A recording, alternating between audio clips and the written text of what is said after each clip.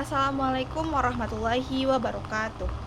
Perkenalkan, nama saya Rasya Fitsa Putri dengan NIM 19060024.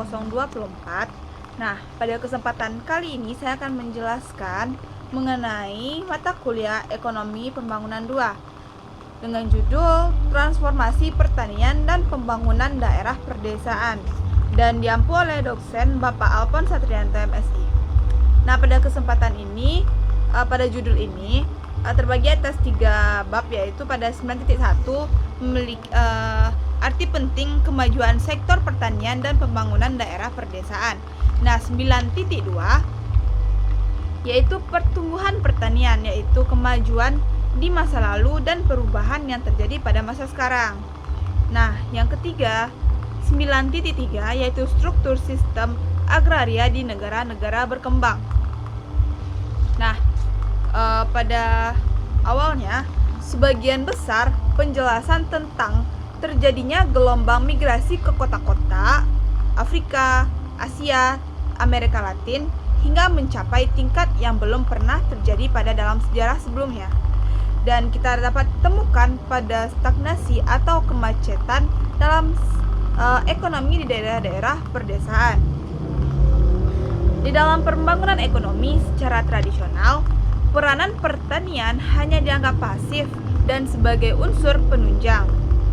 Nah, peran utama dalam pertanian hanya sebagai penyedia tenaga kerja serta bahan-bahan pangan yang murah dalam jumlah yang cukup untuk ekonomi industri yang sedang berkembang dan dinobatkan sebagai sektor unggulan. Pemenang Nobel Seymour Kuznets memperkenalkan suatu sistem awal dengan menegaskan bahwa pertanian memberikan 4 kontribusi utama, yaitu kontribusi tentang pembangunan ekonomi, kontribusi tentang produk input bagi industri, seperti tekstil dan pengolahan makanan. Yang ketiga, kontribusi tentang pendapatan valuta asing dari penggunaan penerimaan ekspor pertanian untuk mengimpor peralatan modal. Dan yang keempat ialah kontribusi pasar dari bertambahnya pendapatan pedesaan yang menciptakan permintaan yang lebih besar atas barang-barang konsumsi. Suatu strategi pembangunan ekonomi yang dilandaskan pada prioritas pertanian, ketenaga kerjaan, paling tidak memiliki 3 unsur pelengkap dasar, di antaranya yang pertama, percepatan pertumbuhan output melalui serangkaian penyesuaian teknologi, kelembagaan, dan insentif harga yang khusus dirancang untuk produktivitas petani kecil. Yang kedua, peningkatan permintaan domestik terhadap output pertanian yang dihasilkan dari strategi pembangunan di perkotaan dan berorientasi pada tenaga kerja. Nah, yang terakhir ialah diverifikasi kegiatan pembangunan daerah pedesaan yang sifatnya padat karya dan pertanian yang secara langsung maupun tidak langsung akan ditunjang dan menunjang masyarakat pertanian. Nah, karena hal itu, sektor pertanian dan daerah perdesaan diyakini sebagai intisari pembangunan nasional di keseluruhan oleh banyak pihak. Nah, oleh sebab itu, terdapat 6 pertanyaan utama yang perlu diajukan mengenai pembangunan pertanian dan perdesaan karena terkait dengan keseluruhan pembangunan nasional. Nah, yang pertama ialah bagaimanakah total output dan produktivitas pertanian per kapita dapat lebih ditingkatkan sedemikian rupa dan sehingga akan berdampak langsung pada petani yang kecil dan para penduduk desa yang tidak memiliki tanah, sembari menyediakan surplus pangan untuk mendorong ketahanan pangan dan mendukung sektor industri perkotaan yang sedang berkembang. Yang kedua ialah cara-cara apa yang harus ditempuh guna mentransformasikan sistem pertanian tradisional dengan produktivitas yang masih rendah menjadi sistem ataupun unit usaha komersial dengan produktivitas yang tinggi. Pertanyaan Yang ketiga ialah ketika keluarga petani dan pembudidaya tradisional menolak akan adanya perubahan, apakah itu hanya karena keras kepala ataukah irasional, ataupun sebaliknya, mereka tidak bertindak rasional sesuai dengan konteks lingkungan ekonominya. Nah, pertanyaan yang keempat yaitu apa dampak dari risiko tinggi yang dihadapi oleh para petani di negara miskin? Bagaimanakah keluarga petani menanggulangi risiko tersebut, dan kebijakan apa yang dapat diterapkan untuk mengurangi risiko? Pertanyaan yang kelima, apakah insentif ekonomi dan harga yang tersedia selama ini sudah cukup memadai untuk meningkatkan output para petani penggarap, atau apakah perubahan struktural dan kelembagaan terhadap sistem pertanian di daerah pedesaan juga perlu dilakukan? Pertanyaan yang keenam ialah apakah peningkatan produktivitas pertanian saja sudah cukup untuk memperbaiki taraf hidup penduduk di daerah pedesaan? Ataukah hal itu harus disertai pula dengan upaya-upaya yang dilakukan di bidang pendidikan, kesehatan, dan layanan sosial lainnya?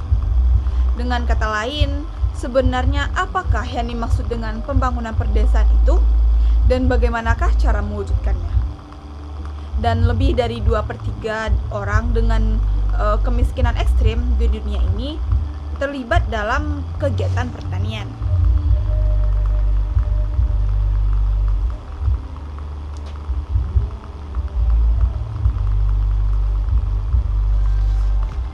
Selanjutnya ialah materi 9.2, di mana pertumbuhan pertanian adalah kemajuan di masa lalu dan perubahan yang terjadi di masa sekarang.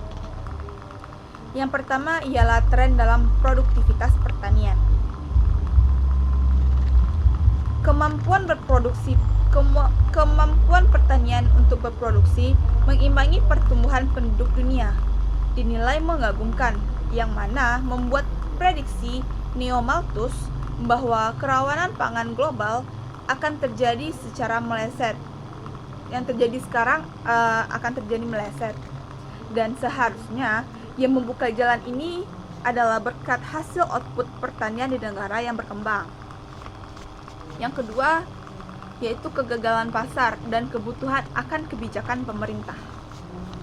Penyebab utama dari semakin memburuknya kinerja pertanian di negara yang berpendapatan rendah atau negara berkembang adalah terbaliknya sektor yang sangat penting ini dalam perumusan prioritas pembangunan oleh pemerintah negara-negara berkembang itu sendiri.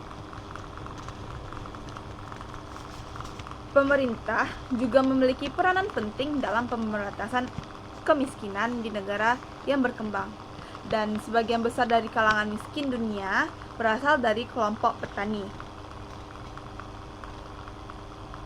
Kemiskinan itu sendiri mencegah para petani memetik manfaat dari peluang yang dapat mengeluarkan mereka dari kemiskinan tersebut.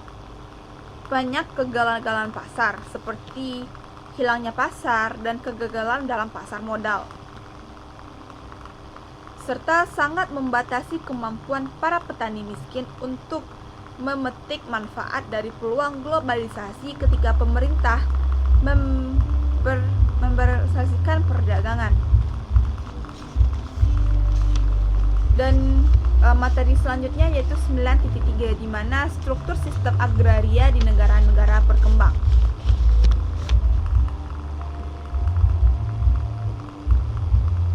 Di dalam negara yang disebut dalam laporan tersebut sebagai negara berbasis pertanian, pertanian ini masih menjadi sumber utama pertumbuhan ekonomi di dunia. Meskipun hal ini terjadi karena pertanian mencakup porsi yang sangat besar dalam GDP. Sistem pertanian yang kedua ialah sebagian besar penduduk di dunia ini, sekitar 2,2 miliar orang, tinggal di negara-negara yang dikategorikan dalam laporan tersebut, yaitu di negara yang sedang bertransformasi, di mana porsi kalangan miskin yang tinggal di pedesaan sangat tinggi, yaitu rata-rata hampir 80%. Akan Akan tetapi dalam sektor pertanian sekarang hanya berkontribusi kecil, yaitu 7% pada pertumbuhan GDP. Dan sistem pertanian yang ketiga ialah di negara-negara yang disebut dalam laporan tersebut, sebagian besar terurbanisasi migrasi, yaitu dari desa ke kota. Telah mencapai titik di mana hampir setengah lebih dari kalangan miskin ditemukan di wilayah perkotaan. Dan dalam sektor pertanian bahkan berkontribusi lebih sedikit terhadap pertumbuhan output. Petani kecil di Amerika Latin, Asia, serta Afrika, di mana sistem agraria merupakan pola distribusi lahan, kepemilikan, dan manajemen serta struktur sosial dan kelembagaan dari perekonomian di Indonesia. Nah, di negara berkembang, banyak negara berkembang di situasi sejarahnya yang beragam telah menyebabkan terpusatnya kepemilikan lahan yang luas di tangan sekelompok tuan tanah yang kaya dan berkuasa pada saat itu dan saat sekarang ini. Pola agraria di Amerika Latin, yaitu kemajuan serta tantangan kemiskinan yang masih ada.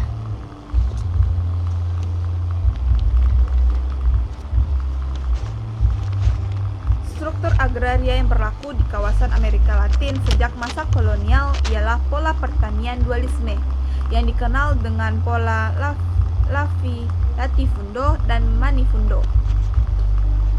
Pada dasarnya, latifundo biasa didefinisikan sebagai pertanian besar yang bisa mempekerjakan lebih dari 12 orang pekerja dan beberapa bahkan sampai ribuan orang untuk bekerja di latifundo tersebut.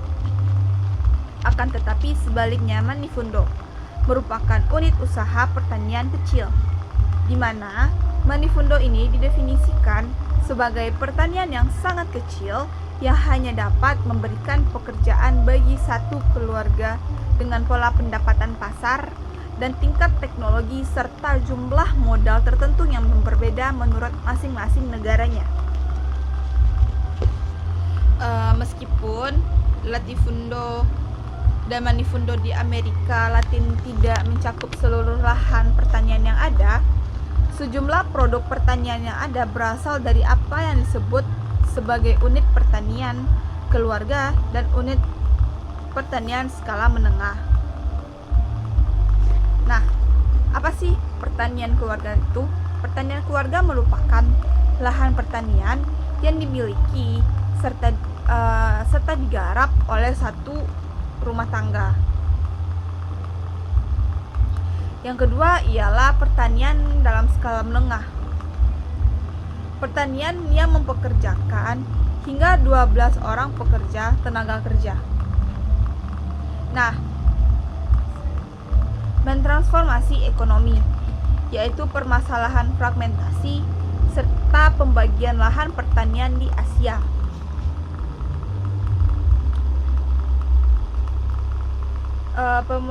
Pemenang Nobel Gunnar Myrdal mendefinisikan 3 elemen atau kekuasaan utama yang saling berkaitan serta membentuk pola kepemilikan lahan tradisional yang mengakibatkan kondisi lahan pada saat ini yang terfragmentasi. Yang pertama, intervensi oleh peraturan dari bangsa Eropa. Yang kedua, pengenalan transaksi yang serba menggunakan uang secara besar-besaran serta meningkatnya kekuatan para rentenir. Dan yang ketiga, laju pertumbuhan penduduk di Asia yang sangat cepat. Nah, jadi tuan tanah tersebut merupakan seseorang yang memiliki kepentingan bebas atas lahan yang berhak untuk disewakan kepada para penyewa dan mendapatkan imbalan berupa kompensasi atas penggunaan lahan tersebut.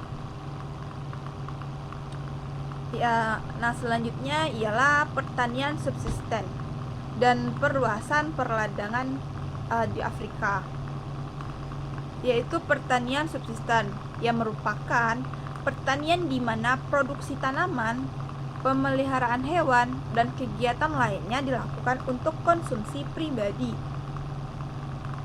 Nah, karena input variabel dasar atas pertanian di Afrika adalah keluarga serta tenaga kerja di perdesaan, maka sistem pertanian di Afrika didominasi oleh 3 karakteristik utama, yaitu pentingnya pola pertanian subsisten bagi masyarakat pedesaan, dan yang kedua, eksistensi atau ketersediaannya sebidang lahan yang luasnya lebih dari cukup untuk memenuhi kebutuhan dasar yang masih memungkinkan berlangsungnya pola pertanian berpindah serta mengurangi nilai kepemilikan lahan sebagai instrumen kekuatan ekonomi dan politik bagi pemiliknya. Nah, yang ketiga, hak bagi setiap keluarga guna memanfaatkan lahan dan air di dalam serta di sektor wilayah kampung halamannya. Nah, sama sekali tidak boleh dijamah oleh keluarga-keluarga lain, meskipun berasal dari satu suku. Karakteristik pertanian subsisten dengan produktivitas yang rendah dari kalangan petani tradisional Afrika, yang merupakan akibat dari kombinasi ketiga kekuatan historis yang membatasi pertumbuhan output pertanian, yaitu diantaranya yang pertama ialah meski terdapat sebagian lahan subur potensial untuk bercocok tanam dan tidak digunakan, hanya sebagian kecil wilayah yang dapat ditanami dan disiangi oleh keluarga petani. Jika hanya menggunakan aneka peralatan tradisional, contohnya seperti bajak yang bergagang pendek, kapak, serta pisau yang bergagang panjang atau yang disebut dengan pangsa. Nah, yang kedua ialah dengan masih terbatasnya jumlah lahan yang dapat ditanami oleh para keluarga petani akibat keterbatasan teknologi produksi tradisional, maka lahan yang seperti ini cenderung digarap secara intensif. Nah, yang ketiga ialah tenaga kerja sangat langka selama masa tersibuk pada musim tanam, yaitu pada masa penyiangan dan penanaman. Sedangkan pada waktu-waktu senggang lainnya, sebagian besar para tenaga kerja justru dalam kondisi setengah menganggur. Nah, itulah penjabaran materi mata kuliah ekonomi pembangunan 2 dengan judul Transformasi Pertanian dan Pembangunan Daerah Perdesaan.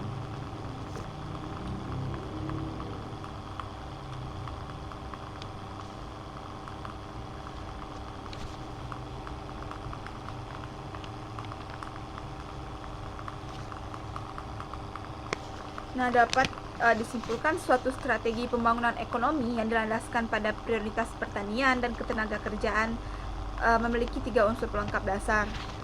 Sudah disebutkan tadi dan saya ulangi, yaitu memiliki 3 unsur pelengkap, yaitu percepatan pertumbuhan output. Yang kedua, peningkatan permintaan domestik terhadap output pertanian yang dihasilkan dari strategi pembangunan perkotaan yang berorientasi pada tenaga kerja.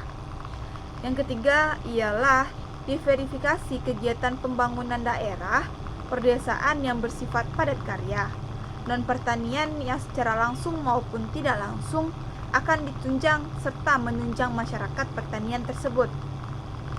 Karena itu, sektor pertanian dan daerah perdesaan diyakini sebagai intisari dari pembangunan nasional keseluruhan oleh banyak pihak. Nah, sekian pemaparan materi pada pertemuan pertama ini. Saya Rasya Afif Saputri. Mohon maaf apabila ada kesalahan. Wabillahi taufik wal hidayah. Wassalamualaikum warahmatullahi wabarakatuh. Terima kasih.